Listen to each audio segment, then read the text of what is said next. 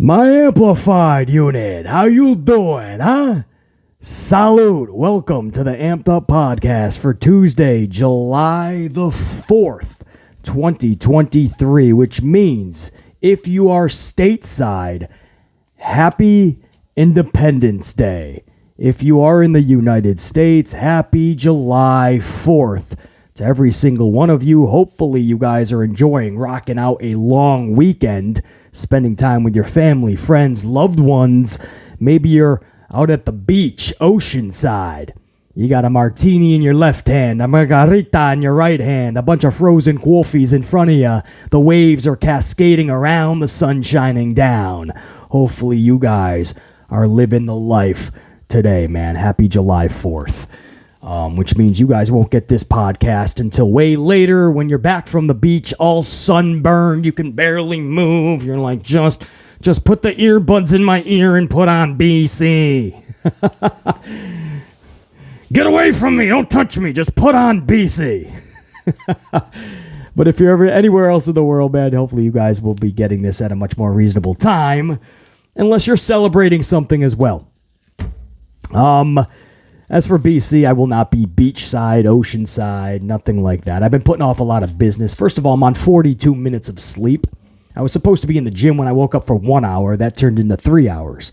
Apparently, Independence Day means it's a cheat day for everybody. Nobody was working on themselves. So BC was the only one in the gym, so I took out the earbuds and just listened to the clanging and the banging. BC shredded the iron. BC shredded the steel for 3 straight hours. So, felt pretty good coming out of the gym, but that just backed up the business even more. So, now I just have a full day of catching up on a lot of what I've been putting off. Don't feel bad for BC, it's all good. I have my time at the beach. I don't need a specific day. But hopefully you guys are enjoying Independence Day, July the 4th. Regardless of when you guys catch this podcast, this 4/23 Amped Up Podcast is going to feature the Monday Night Raw review for 7/3/23, which was last night. Now, BC was live 2 hours before Monday Night Raw, and we went into Raw about 8 minutes. That podcast went a little bit longer. My amplified unit was on fire, man. Super chats were flying, coffee's flying all over the place. BC was super amped up. My amplified unit in the chat was amped up. It was a members-only gold unit chat. So we went into Raw. I don't like to do that, but sometimes we do that. So all you're going to miss is the first 8 minutes of Raw. Everything else, I watched fully, did my due diligence. I have 2 full pages of notes I'd like to go over. And the sad part is I remember nothing about this show. I'm just looking at my notes right now, and I'm just seeing some names cross up and some of the stuff that I wrote, and I don't remember any of it. I mean, that's sad, right? Usually, even when it's a really bad show, I remember something. I can't say this was a super bad show. It's just not memorable. It's more than forgettable. It's mid AF. It's average AF. And that's sad, man. That's sad. I think it's sad when I can't even just say, oh, just a bad show, right? It's a bad show. Okay, that means, okay, well, maybe we'll get a good show next week or the weekend, right? It's not even a point of good show, bad show anymore. It's just forgettable. It's just there. It's a show. You know, that's what sucks, man, is I don't even remember anything from last night. It'll start to click once I'm going over the review here with you guys, but nothing happened, man. It's exactly what we thought was going to happen when Damien got that briefcase. You know, he wasn't really over. We like Damien, but he's not over. He's just kind of there. And Damien gets the briefcase, and people are like, I think it's a good idea. It's going to help him. No, a briefcase shouldn't just help somebody, right? A title shouldn't go on somebody because it just helps them. It should go on the person that's over, right? Just like a championship would go on a Hulk Hogan or a Steve Austin, right? It's not because it's going to help them get over. They're already over. They're taking it to the next level, right? Something like a Money in the Bank briefcase needs to go on somebody like LA Knight because he's super over. He was the guy. They just don't do that, man. They try to put it as an enhancement. But a title never made an individual, right? The individual makes the title more epic. And together they go to the next level, the title and the person, the character, the wrestler.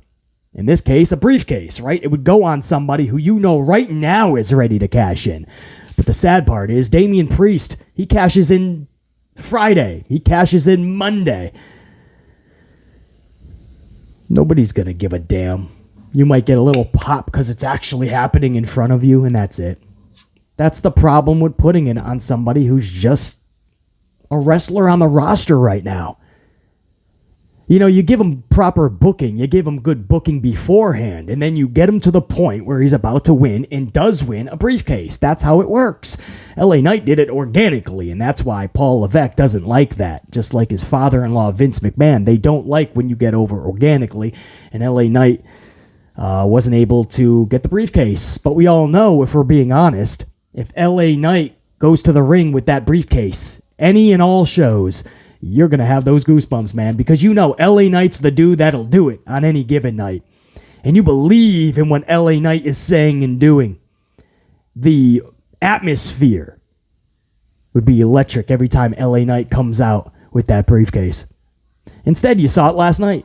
Damien Priest comes out, and he came out with a whole faction. He came out with Rhea Ripley. He came out with Dominic. Finn Balor wasn't out there at that point, but it says right here in my notes, he came out with 2 out of the other 3 Judgment Day members, and that pop, Dominic got the loudest with the heel heat. And that's basically what they're going to revolve these shows around. Damien Priest and when he's going to cash in. All right, man. All right, for all of you that said, I think it's the right call, basically. First of all, you're wrong. That's an opinion, and that's fine. But don't try to pass it off like it's a fact. There's right and there's wrong in everything. Those are facts. And then there's just what we believe in, right? Our opinions. What we like and what we don't. But don't ever try to tell me that Damien over LA Knight was a right call, because already on day 1, last night, you saw how wrong it was. Nobody cares about Damien. It's not going to take him to another level. That's sad. We like Damien. This was a botch. My point is, that was the bulk of last night's podcast going into Monday Night Raw. I want to thank every single one of you guys for tuning into that, listening to that podcast, maybe watching. It's on the tube, so maybe you were watching the full 2 hours plus. Salute to every single gold card member that was up in the chat. Every single amplified unit member. Red Team! Especially for making sure those ups are headed towards 600 now. That stream was on 40 minutes of notice. And already thousands of you guys have caught it. 600 on the ups. You guys absolutely crushed that stream. Afterwards, in the super thanks, which is the little button down below where the tube is put up so you can tip the content creator. That's never needed, by the way. But you guys have turned that into a coffee... a sort of coffee machine for BC. Chucking coffees at BC, even when we're not live. WWE AEW Marvel fan had a 2-spot coffee after the stream. And he says this, and I appreciate you. WWE AEW Marvel fan, let me give you a proper salute. Let me crack this, my 6th coffee of the morning. It's still pretty early. So let me this is a Dunkin' iced mocha. And I got to give that to my super thanker, WWE AEW Marvel fan, threw BC a coffee after the stream last night. And he has some insightful words that, if you don't mind, I'd like to read.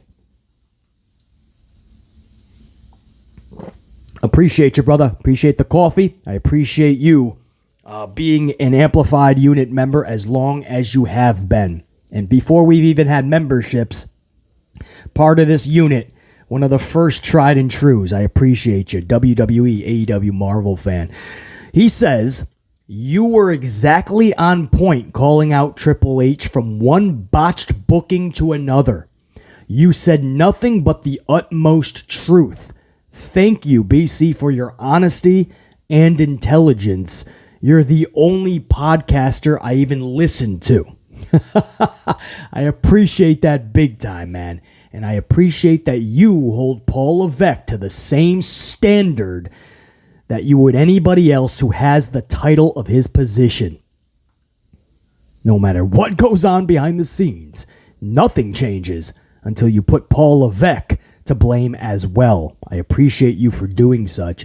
Now, I would like to also, I have a handle. I don't know the exact name itself. The handle is TV Tony. I left a comment underneath that super thanks. TV Tony said, exactly. He said, so this is in response to that WWE AEW Marvel fan. He says exactly to WWE, BC is right. This is like Booker T not going over Triple H at WrestleMania 19. The golden shovel was out that night as well. Petty Paul and vindictive Vince wouldn't give the people what they wanted and what the business needed at the time. That's insightful because that's exactly right. We always talk about Paul Levesque and the golden shovel, and he always blocked people on the highway that were about to go to that next town, to that next city, to get to the destination and beyond. Paul Levesque wouldn't let them. He would block the highway. Paul Levesque has done that numerous times throughout his career, and Booker T was just one of many, and that's something we don't talk about often. I talk about Paul Levesque's entire career and how it's always been about power and how he can use people to get to the top and stay there. But Booker T is one of those things we don't talk about too often. WrestleMania, what was it? 19, says TV Tony. WrestleMania 19, guys. Paul Levesque went out of his way when we knew that was Booker T's time. And Paul Levesque went out of his way to make sure that Daddy-in-law, who he was already tight with, I don't even know if it was his father-in-law at the time, but he was damn sure tight with him then. He made sure to go over on Booker when that was obviously the wrong call. Another massively wrong call with Paul Levesque, Triple H involved. Go figure. And it's not just that either, TV Tony. It's also when Stone Cold and Booker T were in that heated feud with one another. They were beating each other up in a supermarket. It was the talk of the wrestling world. We couldn't wait to see them at the next pay-per-view. Do you guys know who put an end to that? It was Paul Levesque. It was Triple H. He didn't want to put Booker T over. He didn't think he should be in that position. Paul Levesque lobbied to cancel that off. Snap of a finger, blink of an eye. Booker T and Stone Cold was just done out of thin air. They never even got a pay-per-view match. The feud was put out. The fire was put out, and nobody knew why. It was Paul Levesque, we found out years later. I don't know what grudge he had against Booker T. Just like Sting, he brought Sting in. He made sure Sting was brought in just to beat him at WrestleMania. Just to show you that he was always better than the guy of WCW. He's a weird dude, man. Triple H is a very, very... I know you said vindictive Vince, TV Tony. I like that. And petty Paul. But Paul is just as vindictive. The apple doesn't fall too far from the tree, man. That apple, when it falls, it is right next to Vinny's apple. It does not fall too far from that tree. He's petty. He's vindictive.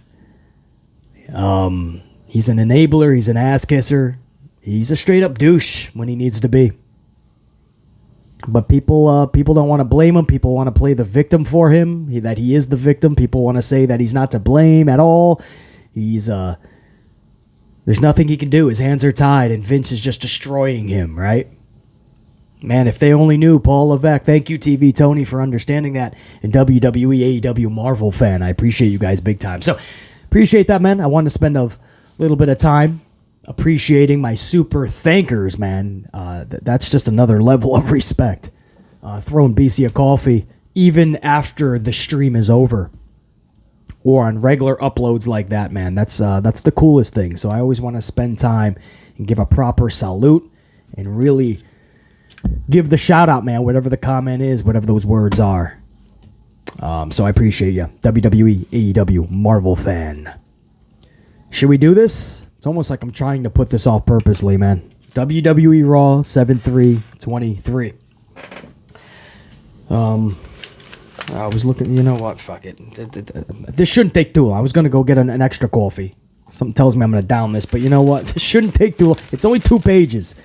And the reason it's not 1 is because I had a lot to say after the stream. I was still amped up, so as I'm watching, I had a lot to say, but I'll try to get this done pretty quick, man. So if you are in the States and you are going to the beach later, maybe you can listen to this first or on the way, man.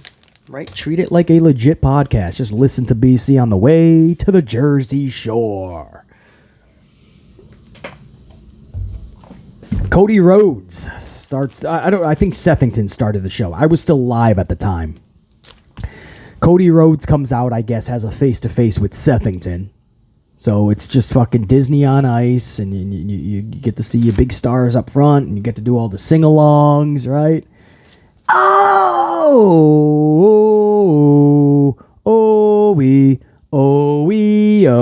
Is that a different one? I don't even know what we're singing these days. I have no idea. Man. You got these two out there. You got fucking Shinsuke Nakamura later. You can do his fucking Shinsuke song. You can do Becky Lynch's song, or whatever that. I forgot how Becky's goes. You can do Becky's. When Bobby Roode comes back, you can sing Glorious. Fucking Disney on Ice sing-along. Cody's out there with Sethington. Brock Lesnar's music immediately hits. Brock comes down to the ring, all right? No, he doesn't. Well, he tries to. Cody just leaves the ring, and he starts beating up on Brock Lesnar. Brock Lesnar just gets beat up. Brock shows up, Brock gets beat up, and Brock just leaves the building. That was it. Cody came back out later for some weird segment. We're going to talk about it. Hour 2, hour 3, one of the two. We'll talk about it. Hour number 2. And you think, okay, Brock's going to come out, obviously, and retaliate. No, nothing. So, Cody beats up Brock. That's it. Seth is nowhere to be found. He, goes and has a beverage outside while they're fighting. And we go to commercial break. When we come back from commercial break, Sethington is back in the ring. Cody Rhodes is gone. Brock is gone. We still don't have an explanation as to why Brock is even attacking Cody Rhodes, because they don't even care. And on top of that, they couldn't even tell you. They're not creative enough. Paul Levesque certainly isn't. Vince McMahon doesn't have the time of day to try to get creative with this shit. The 619 creative writers, they don't give a fuck, nor do they have the capacity or capability to give you a reason. It's too far gone, man. It's 3 months later. They don't know. They couldn't tell you why they're feuding. It was supposed to be because Cody has the championship. No, that's a botch. But we're not going to act like it. We're not going to say it's a botch because Paul Levesque has already taken credit for the decisions that happened at WrestleMania. So now that the audience knows it was Paul Levesque, they can't shit on it. So we're going to act like Cody without the championship after Mania is completely fine, struggle in adversity. Well, now he's in a multi-month feud that we don't know why it started, right? A car needs an engine. A story needs a purpose. A body needs a heart. What are you doing with this feud? A feud needs a reason. And here we are going into SummerSlam. A third match. And they're doing what they've been doing for 3 months. They're just beating each other up. That's not a story. That's not a story. Same thing I say when you just have rematches nonstop. That's not a storyline. You're just regurgitating the same thing. They're just beating each other up. That's not a storyline. It'll never be a storyline until you have reasoning. What is the purpose? What is the plot? What is the point of the story? Without that, you don't have a story. And that's how we kicked off Raw. Cody Rhodes and Brock Lesnar. We go right to commercial. We come back. Sethington Rollins is having a promo with Damien Priest, Dominic Mysterio, and Rhea Ripley. Damien is doing the same old, you never know when I'm going to cash in. It could be tonight spiel, right? That whole shtick. This is exactly how I knew this was going to play out. Damien was going to get the briefcase, and then we're going to put up with this booking for the foreseeable future. Damien Priest walking around with the briefcase, and every single time he's going to be saying, I can cash in tonight, as if anybody truly cares about Damien not only cashing in, but Damien with a world championship. Good for him. We like him. We want the best for him, if done properly through good booking consistently, but we don't care right now about him with a title. Him with a briefcase right now, it's just the wrong call. You can't make this shit up. And this is what we were doing. I'm going to cash in. It could be tonight. And, no joke, it took another 6 minutes just to set up Sethington versus DumDum for later in the night. Dominic versus Sethington. 6 more minutes just to set that match up. And then you wonder why people say the show doesn't have a heartbeat, why they don't feel like this is a fun, exciting show. How do you blame them? When people say they, like BC, they actually already forgot the show. How do you blame them? That's how you start a 3-hour sports entertainment show. We go to commercial. We come back. Damien Priest is now still in the ring. Damien Priest defeats Shinsuke Nakamura via South of Heaven finisher in about a 10-minute bout. Clearly, Paul Levesque match, right? For those that are wondering, right? If you hear stories, Vince McMahon's fingerprints were over the show. Paul Levesque. Vince McMahon would never give Priest and Shinsuke 10 minutes plus. Paul Levesque gives you wrestling matches. The problem is nobody gives a damn about them. They don't do anything for anybody coming out of the matches. They're just wrestling matches. Great. Well, BC, it's wrestling on a wrestling show. It's more than Vince was giving us. Well, I can see great wrestling. I can see good wrestling. I can see average wrestling. I can see all the wrestling I want at the local bingo hall 7 days a week. I don't need to sit down on a prime time on 3 hours on a Monday night, man, just to see long wrestling matches with no purpose. I'm not a wrestling nerd. I think sometimes people confuse that. Maybe you watch other people that are straight up wrestling nerds. I'm not. I'm a big wrestling fan. And now, with the knowledge that I have, an actual wrestling critic and a reviewer. And I take great pride in that. I do. But I'm not a wrestling nerd, man. I don't just need to see wrestler A in his underwear versus wrestler B in their underwear do sequences and moves with no purpose, no storyline, and no reason to give a damn other than to go, wow, this is awesome. Fight forever. And then forget about it 10 seconds later after you tweeted out what a banger you just watched. What a clanger that was. So Triple H gave you a wrestling match. I hope you guys enjoyed it. Priest and Shinsuke for over 10 minutes.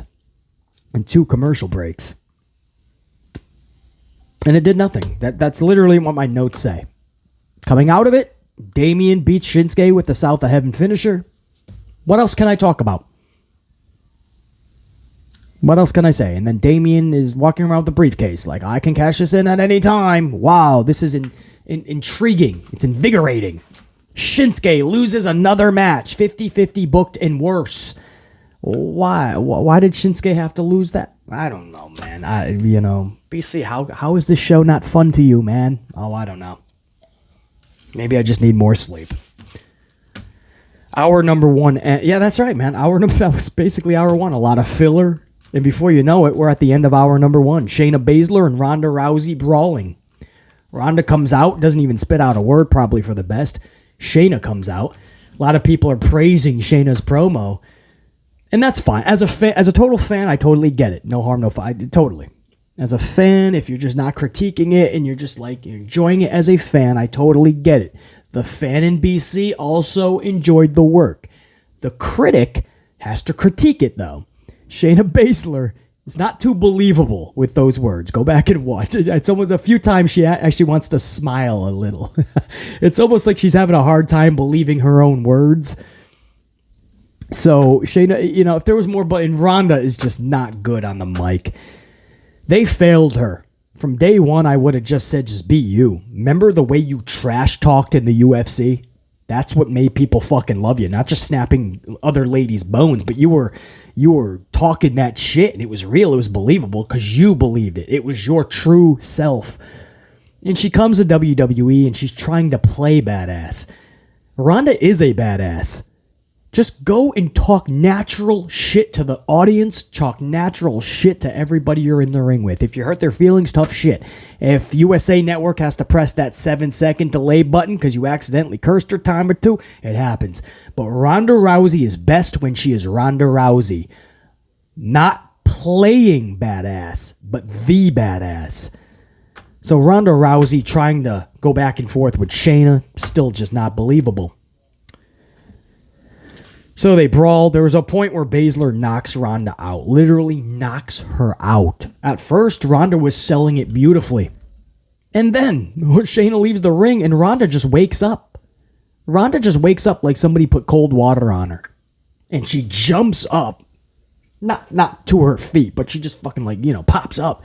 And she just starts talking immediately. She's like, Shayna, please come back. Shayna, you owe me a reasoning. Reasoning in WWE? Clearly you didn't get the memo. You don't get reasoning for anything, you're Ronda Rousey. But she's like, Shayna, get back here, please. Weren't you just knocked the fuck out 2 seconds ago? Not only are you now awake, but you're you're speaking perfectly. It was so bad, man. I don't know what Ronda was doing there. I don't know, man. A lot of people are praising Shayna's work. I hope it gets better and better and better. I do. Believable, not to BC, man. That was pretty rough. Is what it is, man. Shayna and Ronda. 1 minute they're a tag team. They're just getting started. You think they're actually going to maybe run through the women's division as a team and try to become something. And a week later, they're split up and beating each other up. This company, they don't know what they're doing 1 minute to the next.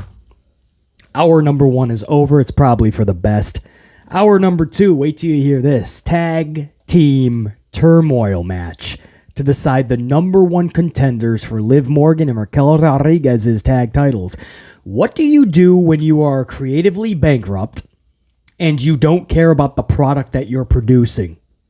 You throw out a tag team turmoil match, of course. It's the laziest route to go, man. It takes no creativity at all. You throw a bunch of names out there in what we call a schmaz, and you don't have to hurt your brain. You don't have to hurt your head if you're in WWE. You don't got to get creative. Remember back in the day, you would have fucking number 1 contenders, not only believable because they win, right? They're winners, not losers. They win most of their matches, if not all. So you can see how they're number 1 contenders, but they also set up a feud with the champs. So you didn't even think about them just being in line next for the titles. You just wanted to see the feud more than anything. The cherry on top was the fact that it's believable that they're the number 1 contenders. These days, they don't even care to make a feud. They're like, we'll try to start a story by having a schmaz, and whoever is the last one standing at the end, they'll be the number 1 contenders, and then they'll just say words for the next 3 weeks. Maybe they'll have a match in singles matches between the two. Maybe we'll have the tag match a few times, and then when we get to the pay-per-view, we'll do it again. That's not a storyline. That's regurgitation. That's redundancy. That's lack of creativity. That's no effort. That's no care. That's pathetic. And then you have teams. I want you guys to think about this. You have teams in there like Nikki Cross and Emma. Candice LeRae was... Who was Candice LeRae with? I don't think Candice was with Nikki, right? Nikki, I think, was with Emma. Emma, all of a sudden, gets a chance at a title. We like Emma, but...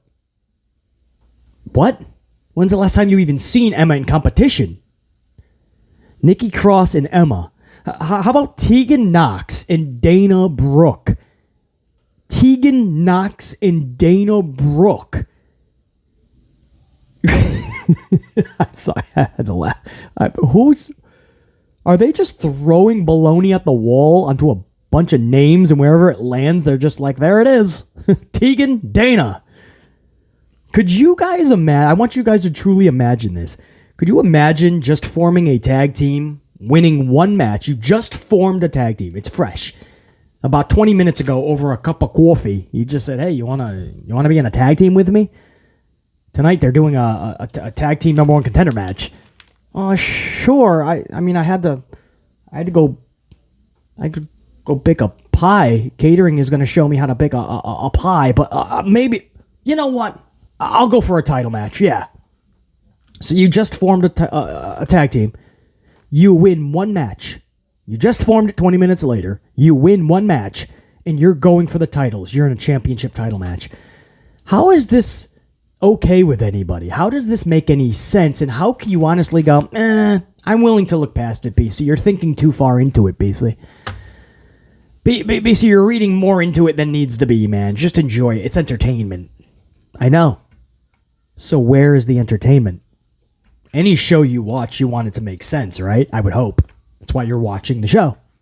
You would never watch a show that doesn't make sense. Why are we okay with this? And when we raise fuss about it, when we rant about it, when we try to make things better, there's a portion of the community that doesn't want to hear it. I'm okay with it, basically. At least Emma's getting TV time, right? They move the goalpost to weird measurements. Aw, Tegan and Dana could be a good tag team, BC. Okay. Start them up. Put them on some YouTube shows.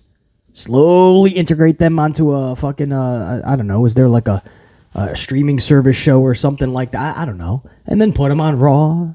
Have them maybe win a few matches here and there, and then build their, and then one day in the future, they could be in a number one contenders match or going for titles. You know, it's funny, the end of this match. So before I even go any further, the irony here is that you had a team that a lot of people on their debut basically turned some heads, right? Kaden Carter and Katana Chance. And they had this good match with Ronda and Shayna. It turned some heads. It got people talking. Hey, this is a team that could actually light the fuse that makes something in the women's division for WWE. And they were in the final two teams last night, losing to Sonya Deville and Chelsea Green. Now, I understand you don't want to do faces versus faces. I still don't know why Liv Morgan and Raquel Rodriguez are tag title holders again. But okay. So you don't want to go Carter and Chance versus Morgan and Raquel, I guess. So they went Sonya Chelsea. I've seen this match before. I've seen different variations, 1-on-1. I've seen them 2-on-2. I've seen this before. And in the process, okay, so Carter and Chance are already losing number one contendership matches after already losing against Ronda and Shayna. Is this the best way to book them? The answer is simple, no. All of the momentum that Carter and Chance had is gone. It's gone, especially after last night. Green pins Carter. Green and Sonya. Now we're going for Liv Morgan and Raquel's titles. Who's possibly excited for that match again? How can you possibly? What would that excite you to watch next Monday or the following Monday or at SummerSlam? How does that match make you go, whoa, man? Sonya and Chelsea, you know, the jobbers? Man, they're going for Liv and Raquel's title. Didn't we see that before? Yeah. But it's a different time. Well, it was a month ago. Yeah. A whole month. Or whenever Liv Morgan before she was injured. Listen, if you guys are on board with that match, good for you. Wow. All of that to get to Sonya and Chelsea versus Liv and Raquel. And then we had a man named Becky out next. She calls out Trish Stratus. Stratus is out with her mask that she wore versus Lita during their first ever women's main event on Monday Night Raw. Remember, she had a mask on. Slightly different, obviously. Not the same mask, but the shades of that. If you're old school, you remember she was wearing that mask against Lita. First ever main event for the ladies on Monday Night Raw, man. Many, many years ago. So she comes out with that mask. Zoe Stark is by her side. We had a back and forth promo. It was actually... I actually didn't mind this promo, but it just took forever for it to wrap up just to get to the point. Zoe versus Becky next week on Monday Night Raw. I felt we could have gotten to that a little sooner. I'm okay with letting things breathe. But there's too many pauses when the audience was not hanging on every word. So I don't mind what Trish was saying at all. I feel Trish has been phenomenal since her return. And Becky Lynch was fine last night. It just took forever to get to the point. Zoe versus Becky next week. Too many pauses, like the crowd was literally hanging on every word. We were not. Get to it a little bit quicker. I'm okay with letting things breathe, but you got to know when that is, right? There's times to take the breath and there's times not to. Rock out your amplified promos, man. So that just took a bit, but same thing like how we started the show with the Judgment Day and Sethington, just to set up DumDum versus Sethington. You take the 6 minutes after Damien Priest says, I can cash in any time, and before you know it, that was a 10-minute segment to get the DumDum in Sethington. We needed 7 minutes to get to Zoe versus Becky next week. We ended hour number 2. Cody Rhodes is out next, top of the stage for a promo with a new WWE interviewer, Jackie. I don't know. I don't know what talent she has. We'll find out. I'm not knocking her. For now, it's just another pretty face until I see what she brings to the table. Maybe she's very knowledgeable. Maybe she's very good in her talents. I doubt she's going to be anywhere near like a Renee Paquette, but I'm willing to give her a chance. But this girl Jackie is out there. Cody says, and I quote, I'll fight Brock Lesnar any night and every night. And that was it. He left. Guys, he came out for like 10 seconds. He said, I will fight Brock Lesnar any night and every night. His music hit. I'm expecting Brock to come out. We'll do a stupid beatdown. Thankfully, we didn't. You know what? I was actually saying just leave. Just leave. I don't even need Brock to come out here because we're just regurgitating the same beatdowns. Just leave. And that's sad because you know how high I am on Cody Rhodes. I am very high on Cody. Ever since WrestleMania, he seems like another guy on the roster. Another guy on the roster. To the point where sadly, I was like, just go. But they didn't botch at WrestleMania. Okay. Cody Rhodes, just go, man. None of this makes sense. 10-second interview, top of the ramp. Just to say I'll fight Brock Lesnar any and every day. You can't make it up, guys. Next was a 6-man mixed tag match. Viking Raiders with Van Halen, one of my favorite rock bands, versus Alpha Academy and Maxine. Maxine tries doing an Otis Worm, the W-O-R-M or Caterpillar. What does he call it, man? Maybe that was Scotty Too Hottie. The Caterpillar, maybe. Well, Maxine actually tries to do that. She just ends up looking like a demented sea lion having a seizure. But I give her props for at least trying it. But wow, that is the opposite of looking sexy. But Maxine tried it. It was entertaining. Crowd was loving it. Popped BC with a laugh. Legit LOL moment. In the end, Maxine scored the pinfall over Van Halen, and she did it via the awe-inspiring, ultra-devastating Faroot roll-up. Maxine, it is clear, guys, that Alpha Academy is teaching her well, right? Alpha Academy taught her well, man. If you want to win a match, fruit roll-up. Nobody kicks out of a fruit roll-up in WWE. So Maxine learned, and boom, she hit the fruit roll-up on Van Halen, and Maxine wins this match for Alpha Academy. I can't knock anything here. Crowd loved it. Popped BC. It was actually entertaining. Salute. How's that, man? Well, I'm waiting for... No, BC's going to say something negative about this segment. Nope. Salute. Don't do shit like that too often, please, is all I ask. Let's not get carried away. WWE has something that works, and they get carried away with it. So, don't do stupid shit like this all the time, but that was entertaining for what it was, no question. Up next, Rhea Ripley defeats Nattie via Riptide to start out. That started hour 3, actually. Rhea Ripley defeating Nattie via the Riptide.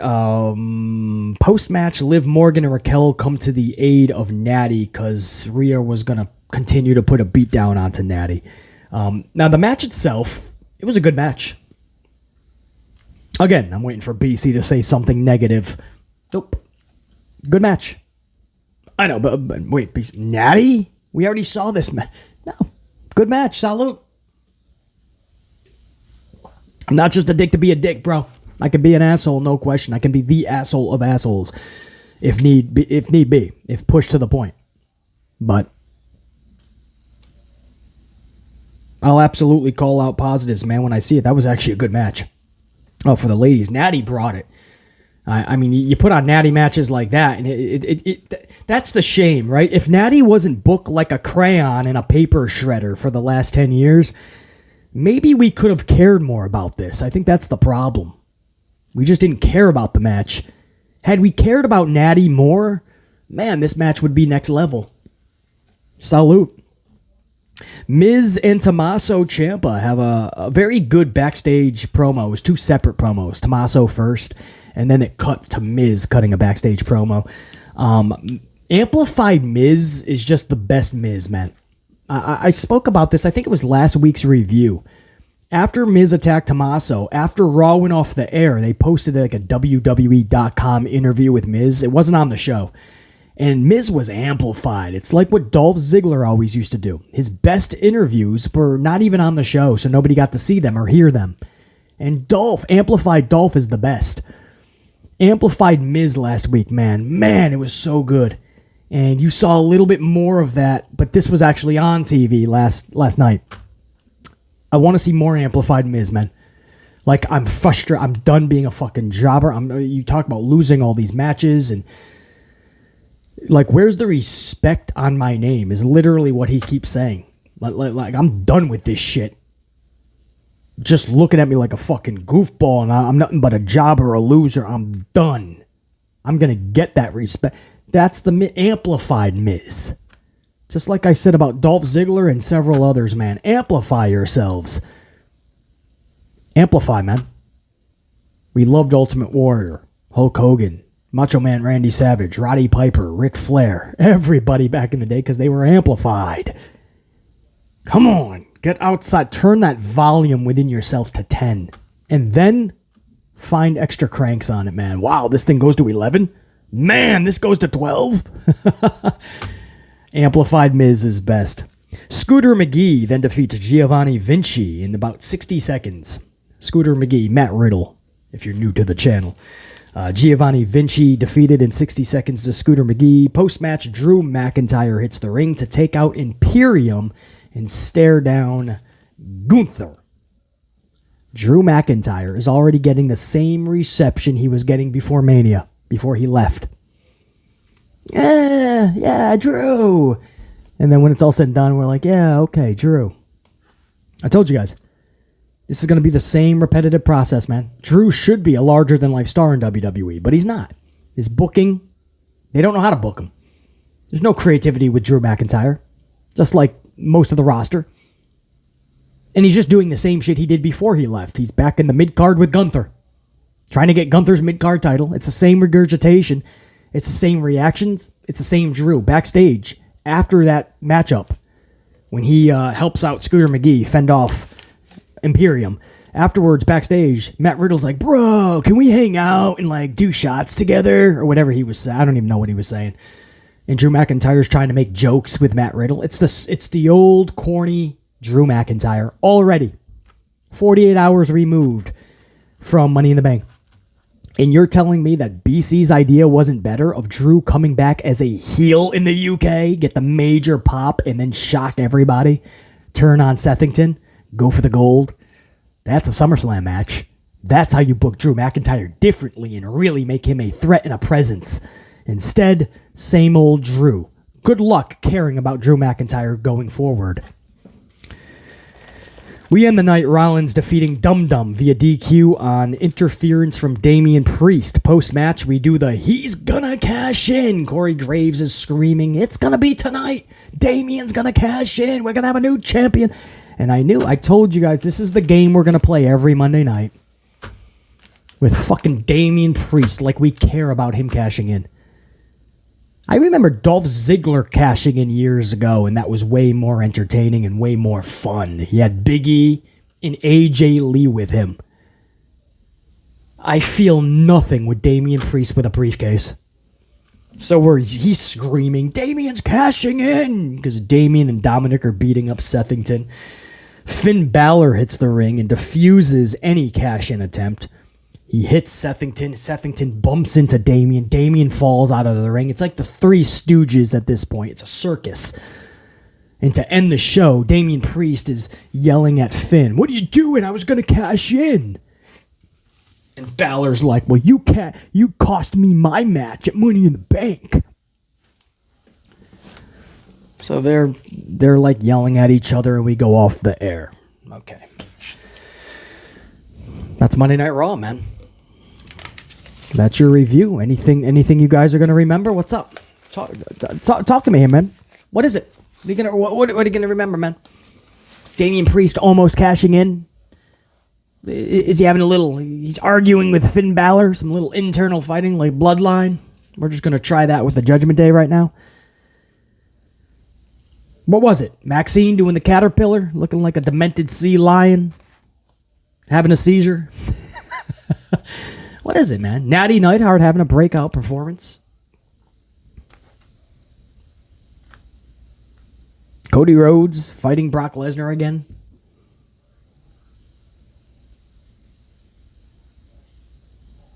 That's it. I just went over the review. I already forgot everything else. How crazy is that? We are, in terms of SummerSlam, we are, let me get this accurate, 1, 2, 3, 4 weeks away from this Saturday. This Saturday, we'll be 4 weeks away from SummerSlam. That means there is 1, 2, 3, 4 Monday Night Raws left from the second biggest pay-per-view premium live event of the year. They better start making it feel that way. My name is BC Amplified. This has been the Amped Up Podcast for Tuesday, July the 4th, Independence Day stateside. Happy 4th for everybody in the U.S. Until next time, and there will be a next time. Top guy, I'm out. BC saying check you. Salute.